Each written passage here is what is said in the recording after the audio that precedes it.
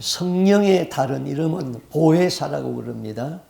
보혜사는 합성어인데 부르다 곁에, 그러니까 나를 불러서 내 곁에 계신 분이 보혜사입니다. 그래서 그 보혜사는 그 나를 돕는 하나님의 영이죠. 참 좋으신 하나님의 영입니다. 자, 우리의 삶이 때로는 너무 고난이 극심하면은 그 믿음을 지키기가 힘이 들죠. 이럴 때 신앙인들은 기도해야지 그런 것을 느낍니다. 또 기도하려고 엎드려서 있으면은 기도 줄이 안 잡히고 탄식만 나올 때가 있습니다. 자, 내게 고통이 막 음습해 오고 내게 고난이 있을 적에는 내가 더 기도해야 한다는 것은 아는데 기도의 줄이 잡히지가 않습니다. 기도가 필요한 이 순간에 기도를 하지 못하고 좌절하고 있습니다. 그때 성령이 나를 그냥 두시지 아니하시고 찾아오셔서 우리를 돕는다고 했습니다. 그래서 성령은 우리의 연약함을 알고 있다 그랬어요. 26절에 이와 같이 성령도 우리의 연약함을 아신다. 자, 성령은 우리의 연약함을 아시기 때문에 우리를 도울 수가 있습니다. 그러면 우리는 어떤 면에서 연약할까요? 첫째는 우리의 육체가 굉장히 연약합니다. 예수님이 십자가에 달리시기 전날 밤에 제자들을 데리고 겟세마네 동산에 가셨어요. 이제 예수님은 내일 날이 밝으면은 체포되어지고 십자가형을 받는다는 것을 아셨습니다. 그래서 겟세마네 동산에서 기도하면서 제자들에게 부탁합니다. 나를 위해서 깨어서 기도하여 달라. 그 말씀을 한번 묵상해 보세요. 전능하신 하나님이 그 십자가를 지시는 것이 너무나도 힘들고 두려운 일이기 때문에 그 허약한 제자들에게까지 와서 나를 위해서 기도해 달라고 하는 그 예수님의 마음을 알 수 있겠어요? 그 예수님이 나가서 기도하다가 돌아와서 제자들을 보았어요. 기도를 부탁했는데 제자들은 피곤해서 그냥 자고 있어요.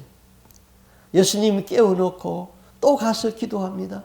기도하다가 또 와서 제자들의 기도가 필요한 때 저들이 나를 위해서 기도하는가 와서 보니 자고 있었습니다. 예수님은 얼마나 힘쓰고 애쓰고 기도했는지 이마에서 흐르는 땀이 빗방울같이 되었더라 그렇게 표현하고 있습니다. 제자들도 기도하고 싶었습니다. 그런데 제자들이 기도를 못하는 것은 너무 육체가 피곤해 가지고는 깨어있을 수가 없었습니다. 예수님은 잠들어 있는 그 제자들을 깨우면서 이렇게 말하잖아요. 마음은 원이로되 육신이 약하도다. 여기 마음은 임은 원문에는 영은 그랬어요. 네 속에 있는 그 영은 지금 기도해야 된다는 것을 알고 있는데 육신이 너무 피곤해가지고 기도하지 못하고 있구나. 그렇게 말했습니다. 우리 육신이 너무 병들거나 너무 고통스럽거나 그러면은 기도해야 한다는 것은 알지만은 기도 줄이 안 나오는 것입니다. 때로는 우리가 죄를 짓는 현장도 있었습니다. 그때에도 실로리기 같은 믿음이라도 붙들고 있었고 양심은 살아 있었습니다. 육체를 가지고 있었기 때문에 휘청거렸습니다. 내 생각과 내 행동이 이율배반적으로 되어 있는 나의 삶. 그렇지만 그 순간에도 성령은 나를 위하여서 탄식하면서 중보기도 하고 있었다. 참, 여러분 주위에 중보기도자가 있다는 것은 굉장히 큰 복이지요. 제가 전에 그 박효진 장로님 간증 얘기했잖아요. 박효진 장로님이 길을 가는데 두 아이가 길에서 막 장난치고 막 뛰어갑니다. 그런데 그 두 아이 중에 사탄이 공격을 합니다. 공격을 하는데 한 아이 속에는 사탄이 공격을 하니까 가다가 귀신들이 그냥 뚝뚝뚝뚝 떨어지는 거예요. 못 들어가는 거예요. 그런데 한 아이 속에는 귀신이 그냥 막 들어가는 거예요. 이게 무슨 차이일까요? 한 아이는 배후에서 부모가 기도를 하기 때문에 사탄이 공격해도 그냥 귀신들이 떨어지는 거예요. 못 들어가고. 그런데 한 아이는 불신자이기 때문에 그냥 귀신이 들어가잖아요. 그러면 어떻게 돼요? 귀신이 들어간 아이들은 하루 종일 성경 전화기만 보고 있어요. 그 귀신의 영향을 받은 거거든요. 그냥 말하면 막 욕을 해버려요. 이게 차이예요. 중보기도를 받는 사람과 그렇지 못한 사람의 차이죠. 저는 지금도 저를 위해서 중보기도하는 한 성도를 기억하고 있습니다. 제가 라스베가스에서 목회했는데 그곳을 떠난 지가 13년이 되었어요. 그런데 그곳에 한 권사님, 지금도 이름도 기억하고 있어요. 박차복 권사님인데 늘 그냥 기도 열심히 하는 분이에요. 가끔 전화가 와요.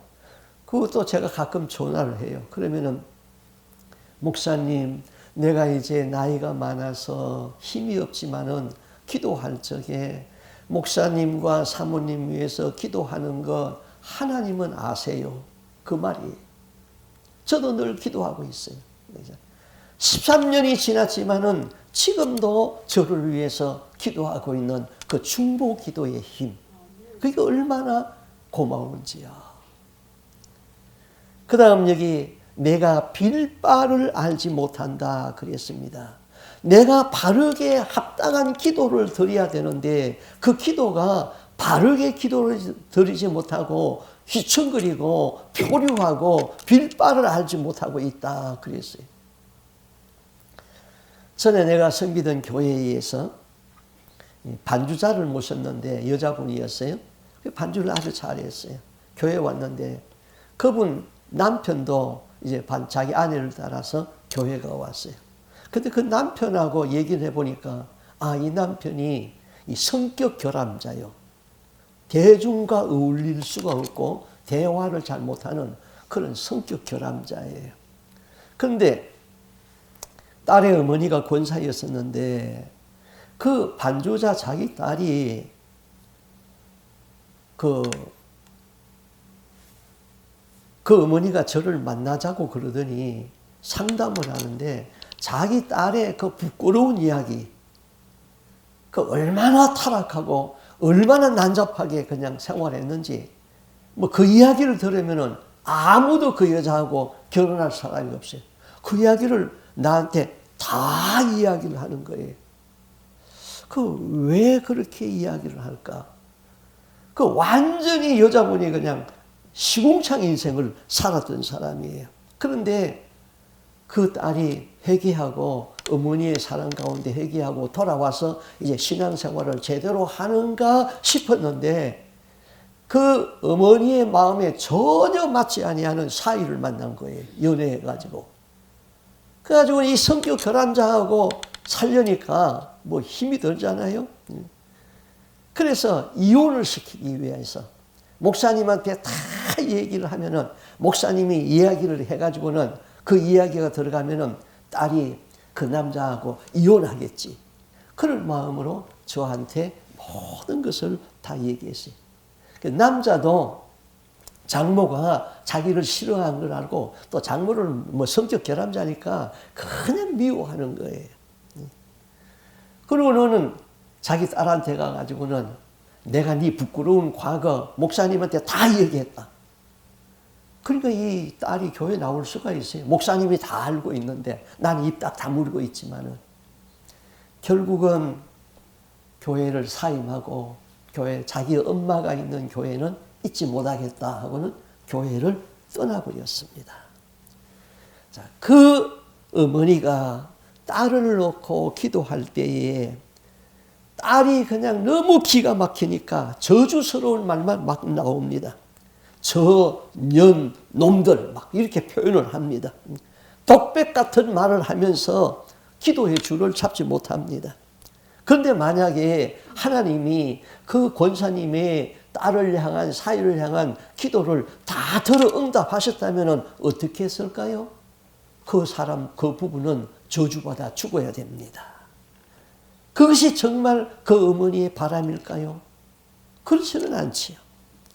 성령은 우리가 빌 바를 알지 못하고 있는데 우리의 기도가 방황하고 표류하고 있는 것을 압니다. 그때 성령님은 말하죠. 하나님, 지금 제가 너무 괴로워서 이런 저주스러운 기도를 하지만은 이 시간을 지나면은 지금 드린 기도를 후회할 때가 있을 것입니다. 너무 힘들어서 그래요. 성령이 우리를 대신해서 기도한다는 것이죠. 엘리야를 보겠습니다. 엘리야가 가멜산에서 450명의 바알 선지자들과 대결해가지고 하늘에서 불을 끌어내렸잖아요. 큰 이적을 행했잖아요. 그러니까 도망가려는 바알 선지자 450명을 백성들을 동원해가지고는 도망가지 못하게 다 체포하라. 그래가지고는 체포해가지고는 기손 시내가에 가가지고는 다 처단해서 죽였잖아요. 이 소식을 아합 왕의 부인 이세벨이 들어서 엘리야를 체포하라 하는 체포령이 내렸습니다. 그 여자의 말에 그만 낙심이 돼가지고는 엘리야가 도망을 갑니다.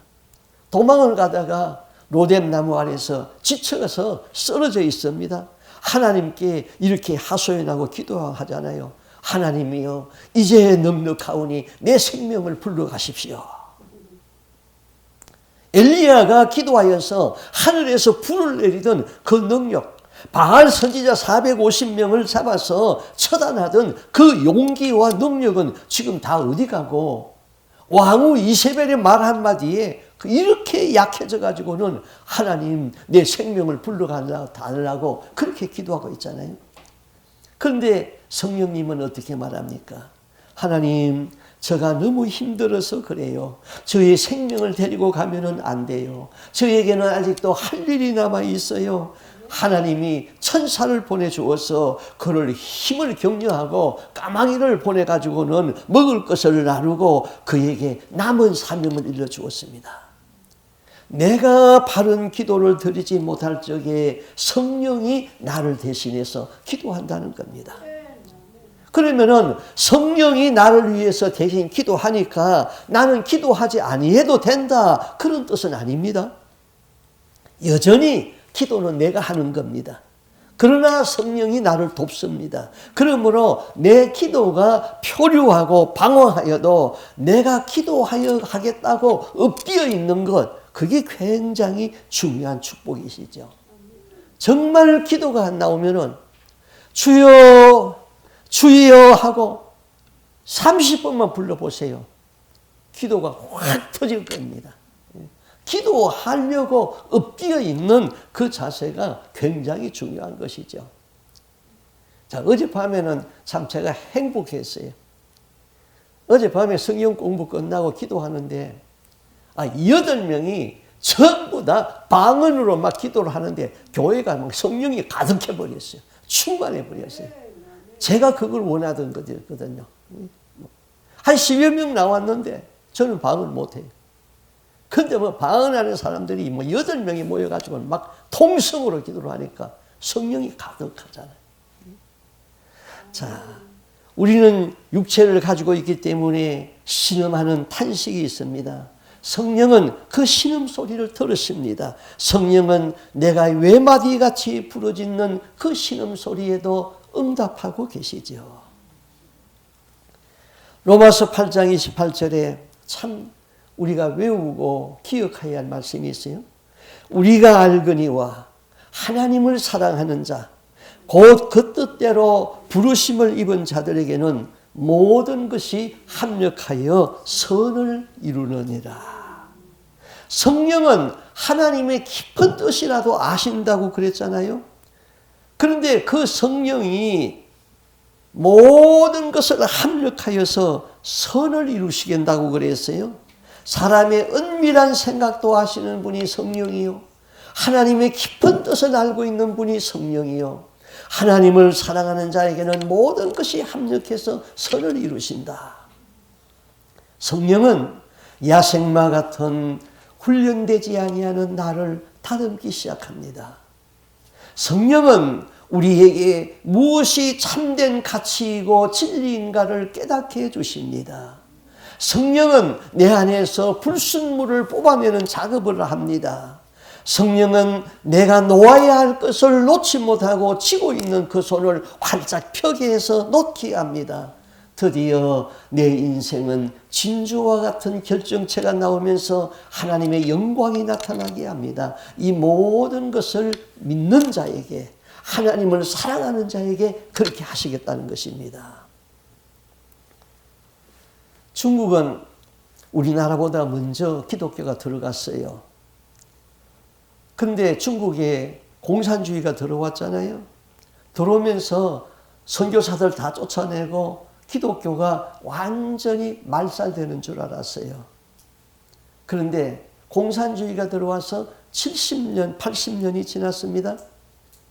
그 공산주의가 기독교를 위해서 큰 일을 해놨어요. 그게 뭐냐면은 중국에는 유교 사상이 있는 한 기독교가 설 자리가 없습니다. 한국에는 아직도 유교 사상이 있기 때문에 제사 지내고 뭐 하잖아요. 그것 때문에 복음이 제대로 들어가지를 못해요. 근데 공산주의가 유교 사상을 싹 청소해버렸어요. 공자의 무덤까지 싹 파서 그냥 내버려버렸어요. 그러니까 지금도 공산주의지만은 중국에는 기독교인이 1억이 있는 것입니다. 여름은 더워야 하고 겨울은 추워야 합니다.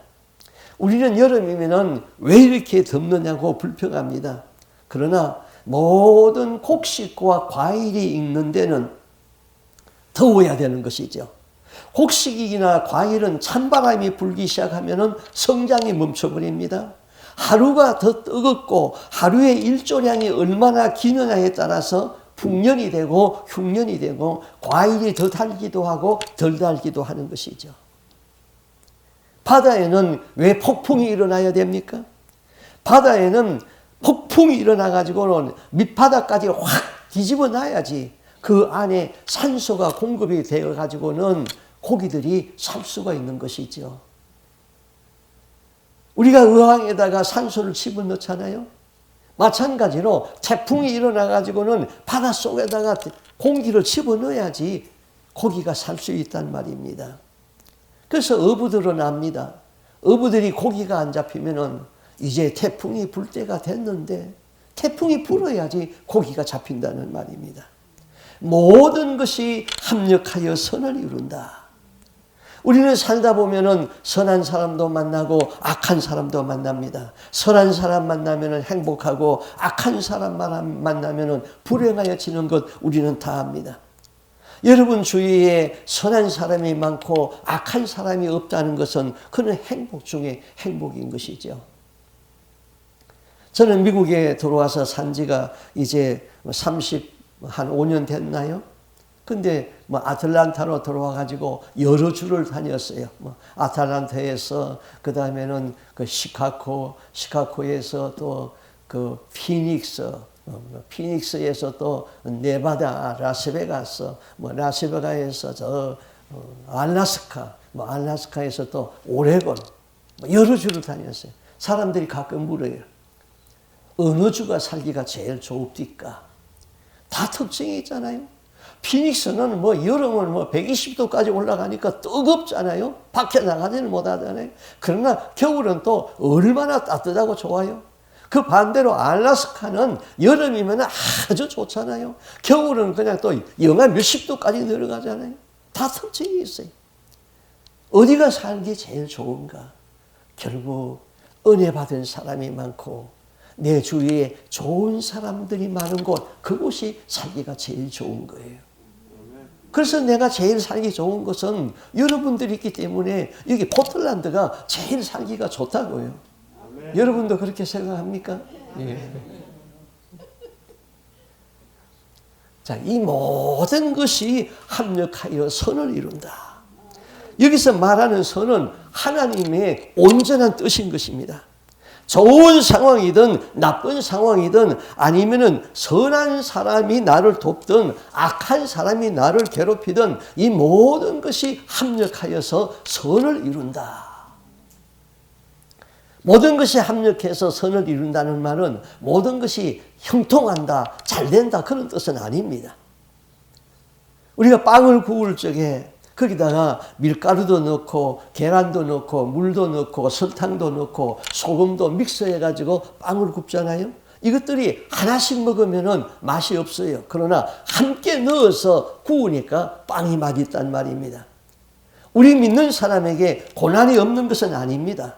기쁨도 있고 슬픔도 있고 때로는 죄도 짓고 죄를 지으라는 얘기는 아니에요. 그러나 이 모든 것이 합력하여서 선을 이루게 하신다. 그 예가 가장 좋은 예가 창세기에 나오는 요셉의 이야기입니다. 요셉이 꿈을 꾸었잖아요. 꿈을 꾸고 자기 형들한테 가서 이야기합니다. 형님들 내 꿈 이야기 들어보세요. 내가 덜에 있는데 형님들 보리단이 일어서더니 내 보리단을 향하여서 다 절을 합디다.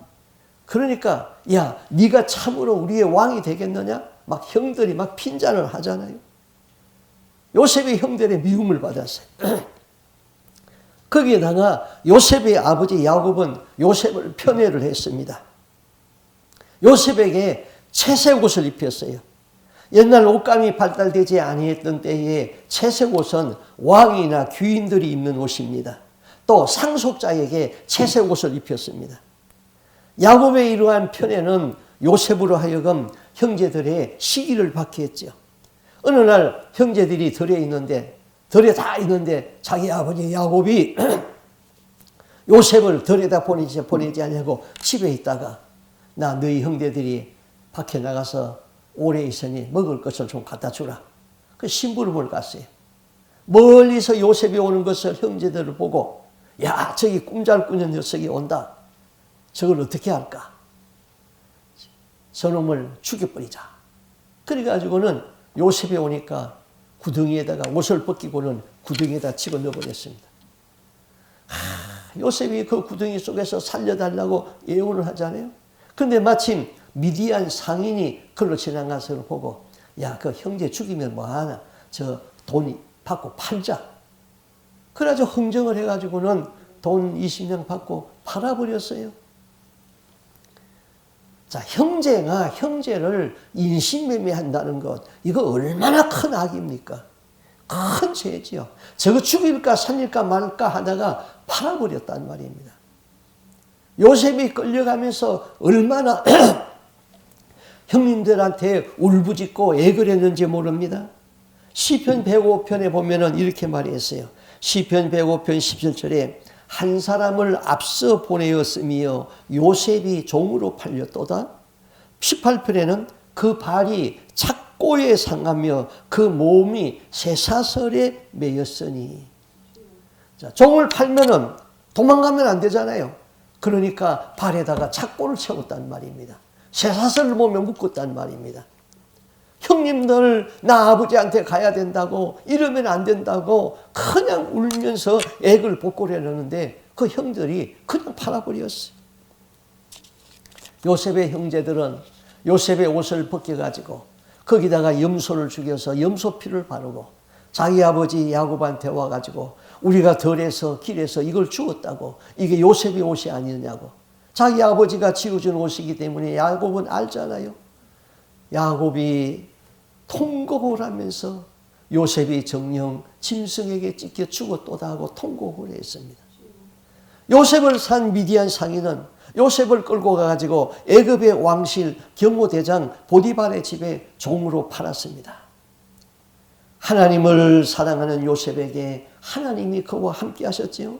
39절 창세기 39장 3절에 보면은 그 주인이 보디발이 여호와께서 요셉과 함께 하심을 보고 또 여호와께서 그의 범사에 형통케 하심을 보았더라.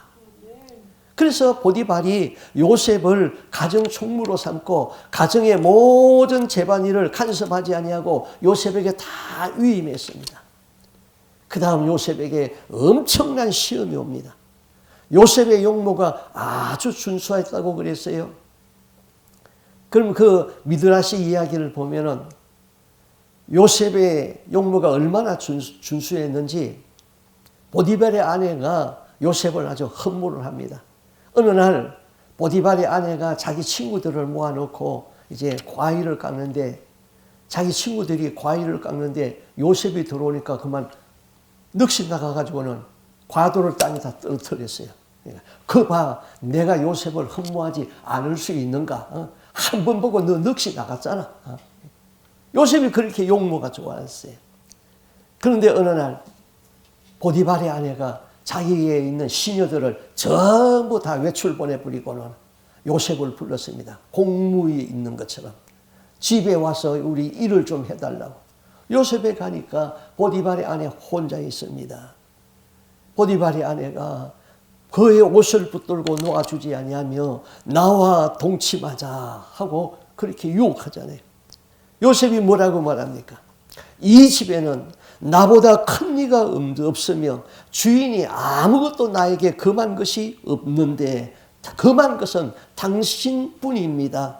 당신은 보디발의 아내이기민이라. 그런즉 내가 어찌 이 큰 악을 행하여 하나님께 죄를 짓겠습니까? 요셉이 여자가 잡고 있는 그 돛을 놓지 않으니까 그만 그 돛을 벗어 던져버리고는 도망을 해버렸어요. 여자가 앙심을 품었겠죠. 자기 남편 보디발이 퇴근하고 들어오니까 앙칼을 부립니다. 여보, 당신이 그 히브리 종놈을 하나 사다 오더니 그놈이 내 방에 들어와가지고 나를 겁탈하려고 그래가지고는 내가 고함을 질렀더니 입고 있던 옷을 그냥 벗어, 내가 잡고 있는 옷을 그냥 벗어 던지고는 그냥 도망을 갔다고. 그러니까 보디발이 괘씸하니까 죄의 여부를 묻지도 아니하고 그를 잡아다가 감옥에다 갖다 집어넣어 버렸습니다. 근데 그 감옥이 어떤 감옥이라고 그랬어요? 그 감옥은 중재인을 다스리는 감옥인데 왕에게 죄를 지은 자를 가두는 감옥이라고 그랬어요. 그 감옥은 왕의 특명이 있기 전에는 절대로 나갈 수 없는 감옥이었어요. 요셉이 얼마나 억울합니까? 재판 한번 받아보지 못하고 중범을 다스리는 정치범 수용소에 갇히게 되었으니 얼마나 억울합니까? 창세기 39장 20절에 보면은 이렇게 말했어요. 이에 요셉의 주인이 그를 잡아서 옥에 넣으니 그 옥은 왕의 죄수를 가두는 곳이었더라. 요셉이 옥에 갇혔으니. 왕의 죄수를 가두는 거기에 갇혔으니 왕의 특명이 나기 전에는 나갈 수가 없습니다. 평생을 그 감옥에 있어야 되잖아요. 그런데 그 감옥의 간수장이 요셉의 모든 지혜를 보고 그에게 은혜를 베풉니다. 간수장이 모든 그 감옥에 있는 죄수들을 요셉에게 맡기면서 네가 관리하라 그러잖아요. 요셉이 그 감옥에서 죄수들을 관리하며 무엇을 배웠습니까?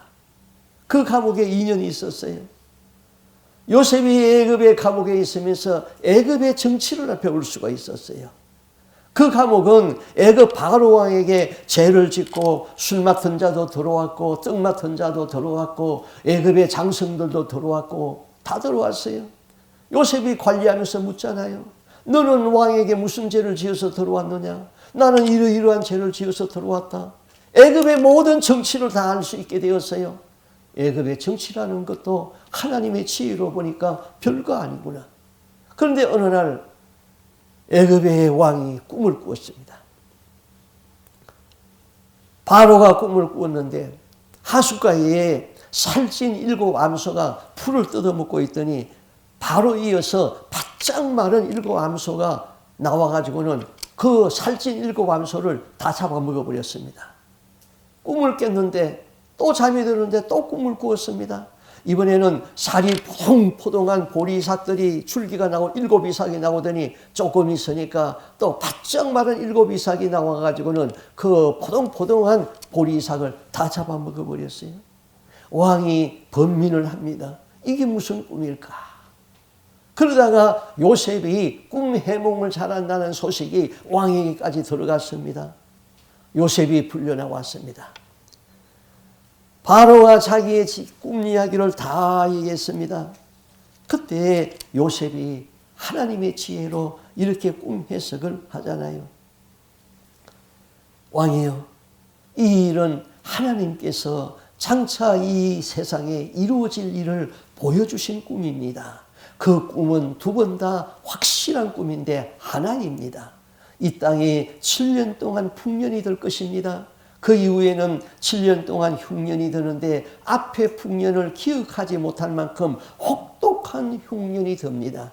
그러므로 왕은 지혜 있는 관리를 뽑아가지고 7년 풍년 될 동안에 곡식을 저장했다가 7년 흉년이 될 적에 그 곡식을 풀면은 나라가 망하지 아니할 것입니다. 바로가 감탄을 했습니다. 너같이 하나님의 신에 감동된 사람이 없다. 네가 이 나라를 다스려라. 반지를 빼서 요셉의 손에다 끼워 주었습니다. 왕이 타는 버금 수레에다가 요셉을 태웠습니다. 모든 신하들이 엎드려라 하면서 그 앞에 엎드리잖아요. 바로 애굽의 총리가 되었던 것입니다. 꿈대로 애굽의 풍년이 왔습니다. 요셉이 창고를 지어가지고 풍년될 적에 곡식을 저장했습니다. 그 풍년이 끝나니까 그 다음에는 충년이 들었습니다. 흉년 들어서 2년이 지나자 요셉의 형들이 애굽으로 양식을 사러 옵니다.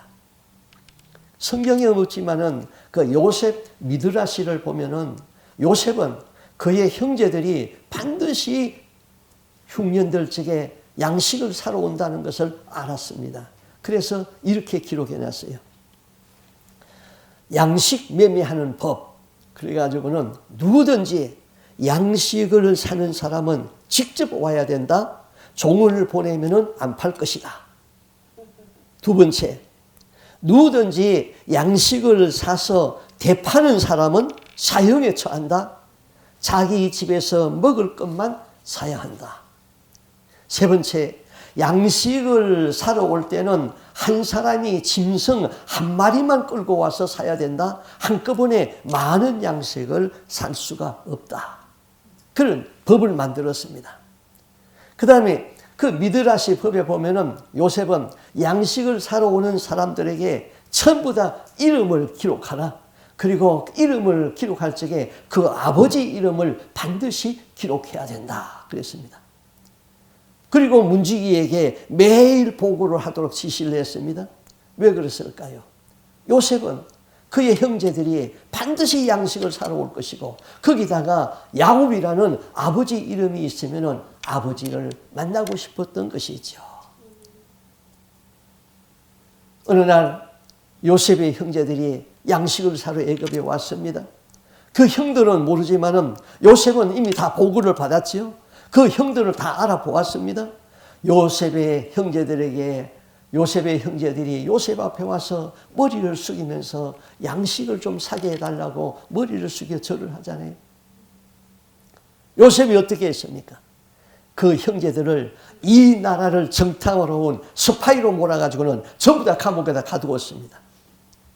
형제들이 감옥에서 어려움을 당하니까 이제는 집으로 돌아갈 처지가 못 되었잖아요. 이 감옥에 언제까지 있을지 모르잖아요.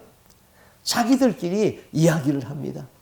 우리가 그 옛날에 요셉을 팔 적에 그가 울면서 애걸할 적에 그 마음의 괴로움을 보고도 악을 우리가 행했다. 그러므로 오늘 우리가 그 죄값으로 이 괴로움을 당하는구나. 형들은 고난을 당하니까 죄를 찾아내고 회개하기 시작했습니다. 요셉이 그 말을 다 알아듣고 자기들은 히브리 말로 말했지만은 요셉은 애굽에 살면서 애굽 말을 사용하지만은 히브리 말을 다 알아듣고 요셉이 통곡하고 울었다 그랬어요. 많은 이야기를 생략하고 나중에 요셉이 그 형제들을 꺼내놓고 무슨 말을 합니까? 양식을 팔고 뭐 하면서 당신들이 나를 이곳에 팔았으므로 근심하지 마십시오. 하나님이 생명을 구원하려고 나를 먼저 이곳으로 보냈습니다. 당신들은 악을 나한테 행했습니다. 하나님은 그 악을 선으로 바꾸었습니다. 악한 자도 하나님의 손에서 쓰임받는다는 것이죠. 심지어 사탄 마귀도 하나님의 허용작정 안에서만 활동할 수 있지 하나님의 허용작정을 벗어나서는 활동할 수가 없지요. 요셉은 그 형제와 그 아버지 식구 75명을 다 애굽으로 불러들여서 흉년을 피하게 하고 애굽에서 가장 살기 좋은 땅에서 목축을 하게 했잖아요. 하나님은 요셉을 통하여서 애굽의 총리가 되게 하고 흉년될 때에 천하 만민을 구원하는 하나님의 선을 뜻을 이루는 데에 모든 것이 합력하여 선을 이루게 했어요. 자, 요셉의 생애에서 그의 형제들이나 보디발의 아내와 같은 악한 사람도 만났습니다. 또 선한 사람도 만났어요. 괴로운 노예 생활도 있었고 감옥에 갇히기도 하였고 임금의 총애를 받기도 했어요. 요셉에게 있어서 모든 당한 사건이나 환경이나 선한 사람이나 악한 사람이나 모든 것이 하나님의 뜻을 이루는 도구로 사용되었다는 것이죠. 자, 한번 생각해 보세요. 만약에 요셉이 보디발의 집에서 그 보디발의 아내를 통한 그런 시험이 아니었다면은 요셉이 사기를 쳤다든지 이런 시험이 왔다면은 애굽의 보디발이 요셉을 해방시켰을까요? 안 시키지요. 모든 일이 잘 되는데 네가 들어옴으로 이 가정의 재산이 정식되어 가는데 요셉을 다 용서하고 그냥 두지요. 그런데 보디발의 아내 사건을 통하여서 시험이 딱 오니까 묻지도 아니하고 그냥 그를 감옥에다가 집어넣었어요. 그런데 그 감옥에 들어가니까 뭘 배웠어요? 애굽의 모든 정치를 다 알 수 있게 되어버렸어요. 하나님은 우리를 쓰시는데 아무런 자격도 없고 지식도 없는 사람을 그냥 쓰지 아니에요. 애굽 보디발 집에 종로로 종의 우두머리 그 사람 부르다가 애굽의 총리 자리에 앉히지 아니에요. 애굽의 모든 정치사를 알고 난 다음에 애굽의 총리 자리로 가게 되었던 것이지요. 하나님이 사랑하는 사람, 하나님이 함께하는 사람은 하나님이 그를 사랑하시는데 인생의 한 단면만 사랑하는 것이 아니라 그 인생의 전체 면을 두고 사랑한다. 이게 굉장히 중요해요. 하나님이 여러분을 사랑하는데 요람에서 무덤에까지 두고 사랑합니다. 그런데 우리는 그런 하나님의 경륜을 모르기 때문에 어떡합니까? 내게 어려움이 있으면은 왜 나에게 이런 어려움이 있나고 불평하고 원망하고 그러잖아요. 하나님은 그 인생의 한 단면만을 사랑하는 것이 아니라 내가 어머니 뱃속에서 태어나면서부터 무덤에 들어가기까지 요람에서 무덤에까지 전 인생을 두고 사랑한다. 그거를 잊지 마셔야 됩니다. 모든 것이 합력하여 선을 이루는 것은 그러면은 우리가 아무렇게나 살아도 그렇게 된다는 것? 그건 아닙니다. 어떤 사람에게? 하나님을 사랑하는 자에게. 그렇게 써요. 하나님을 사랑하는 자, 그 뜻대로 부르심을 입은 자들에게는 모든 것이 합력하여 선을 이루신다. 그러면 하나님을 어떻게 사랑해야 됩니까? 마가복음 12장 30절에 네 마음을 다하고 목숨을 다하고 뜻을 다하고 힘을 다하여 주 너의 하나님을 사랑하라. 하나님을 그렇게 사랑하는 사람에게는 모든 것이 합력하여 선을 이루시게 한다는 것이지요. 그 다음 징계도 합력하여서 선을 이루시게 하는 하나의 방법이다 그랬어요. 자, 히브리서 12장 9절에 이렇게 말했어요. 우리 육신의 아버지가 우리를 징계하여도 공경하였거든 하물며 모든 영의 아버지께 더욱 복종하며 살려하지 않겠느냐. 하나님이 우리를 징계하여도 그 징계 가운데서도 하나님이 우리를 사랑해서 징계를 한다는 것이죠. 자, 어떤 어머니가 아들이 이제 방학이 끝나고 이제 개교를 하게 되는데 새 옷을 사서 입혔습니다. 그리고 아이에게 주의를 주었어요. 새 옷을 입혔으니까 학교 끝나면은 나쁜 친구들하고 어울리지 말고 집으로 곧장 오라. 그러니까 아이가 그렇게 하겠다고 약속을 했습니다. 근데 아이가 그만 유혹을 받아가지고는 학교 끝나고 오면서 개구쟁이 친구들하고 그냥 장난을 치고 놀다가 그 흙투성이가 다 옷이 그냥 흙투성이가 되어버렸어요. 아이는 엄마와 약속을 어겼어요. 아이가 어머니에게 야단맞을 것을 알고는 꾀를 냈어요. 내 친구 둘을 데리고 가면은 친구가 있기 때문에 야단을 안 치겠지. 그래가지고 친구 둘을 꿰어가지고는 집에 갔어요. 어머니는 옷이 다 더러워진 그 아들을 보고 말했어요. 너는 엄마와 약속을 어겼기 때문에 벌을 받아야 된다. 그러니까 이 아이가 자기 친구를 가리키면서 이거는 불공평해요. 저 아이들은 벌을 주지 아니하고 왜 나만 벌을 받아야 돼요? 어머니의 대답은 간단했어요. 저 아이들은 내 자식이 아니야. 내가 돌보지 않아도 돼. 그러나 너는 내 자식이고 내가 돌봐야 돼. 나는 너의 엄마야. 나는 너와 약속했지 저 아이들과 약속하지 아니했어. 벌을 받았어. 그래요.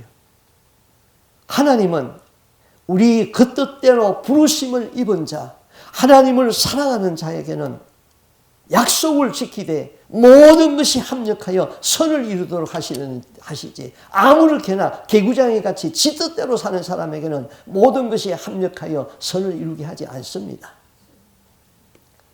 히브리서 12장 9절에 그랬어요. 우리 육신의 아버지가 우리를 징계하여도 공격하였거든 하물며 모든 영의 아버지께 더욱 복종하며 살려 하지 않겠느냐. 그들은 잠시 자기의 뜻대로 우리를 징계하였거니와 오직 우리 하나님은 우리의 유익을 위하여 그의 거룩하심에 참여하게 하시느니라. 무릇 징계가 당시에는 즐거워 보이지 아니하고 슬퍼 보이나 후에 그로 말미암아 연단받은 자들의 의와 평강의 열매를 맺느니라. 징계의 목적이 우리에게 징계하는 그 목적이 하나님의 거룩하심에 참여하기 위해서.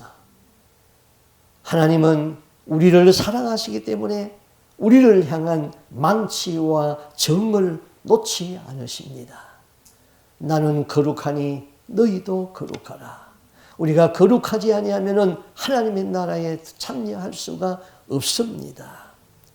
여러분, 사람을 만나고 비판하고 불평하고 까다로운 사람이 되면, 그렇게 하면은 까다로운 사람이 됩니다. 그러면은 옆에 좋은 사람이 붙어 있지 않습니다. 나를 다 떠나버립니다. 그러나 영성이 있는 사람은 그를 필요로 하는 사람이 많이 모이게 되는 것이요. 우리 제시카 윤 목사님 모시고 부흥했잖아요. 영성이 얼마나 깊습니까? 저한테 부탁을 가요. 목사님, 제 전화 아무한테나 주지 마세요. 제 주소 아무한테나 주지 마세요. 너무너무 전화가 많이 오고 너무너무 만나자는 사람이 많기 때문에 감당해낼 수가 없다는 거죠. 뭐 그렇게 위대한 사람이에요? 초라한 한 여자잖아요. 초라한 한 여자 목사잖아요.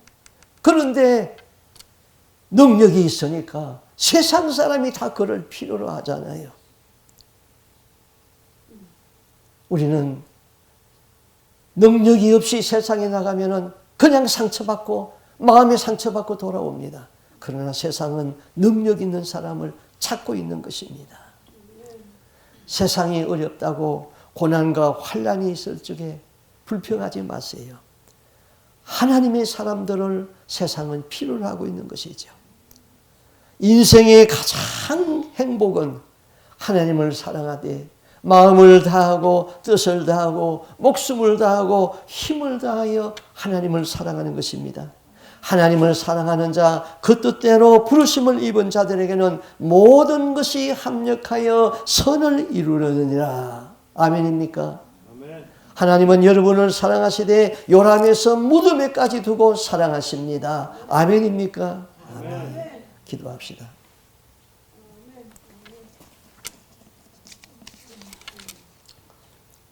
하나님 아버지, 우리에게는 기도의 줄을 놓지 아니하고 기도하여야 할 필요성이 있습니다. 그러나 때로는 우리가 너무 힘에 겨워 기도 줄을 잡지 못할 때 성령께서 우리 곁에서 우리를 도우시고 있는 것을 믿게 하여 주시옵소서. 그래도 주님 앞에 나와서 주여 주여 하고 부르짖고 기도하면은 하나님께서는 우리의 기도를 들어주시고 성령은 우리의 깊은 탄식 소리를 듣고 우리를 바른 기도의 골방으로 인도하여 주는 것을 믿습니다. 우리가 살아가면서 중보 기도자로 살게 하여 주옵소서. 자녀들을 일생을 품고 기도하게 하여 주옵소서. 우리의 성도들을 품고 우리의 이웃을 품고 조국과 민족을 품고 하나님 앞에 중보 기도자로 살아갈 수 있는 능력을 허락하여 주시옵소서.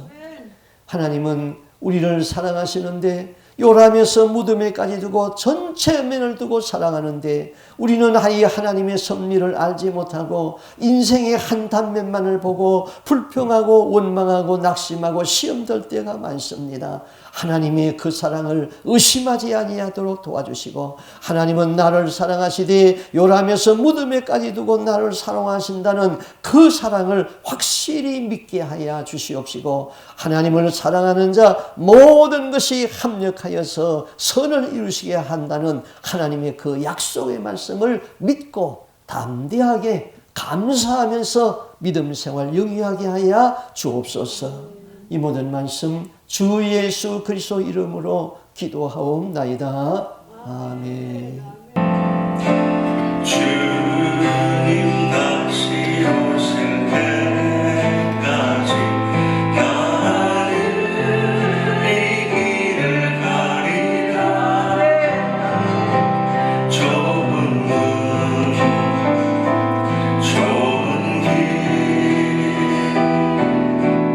나의 십자가 지고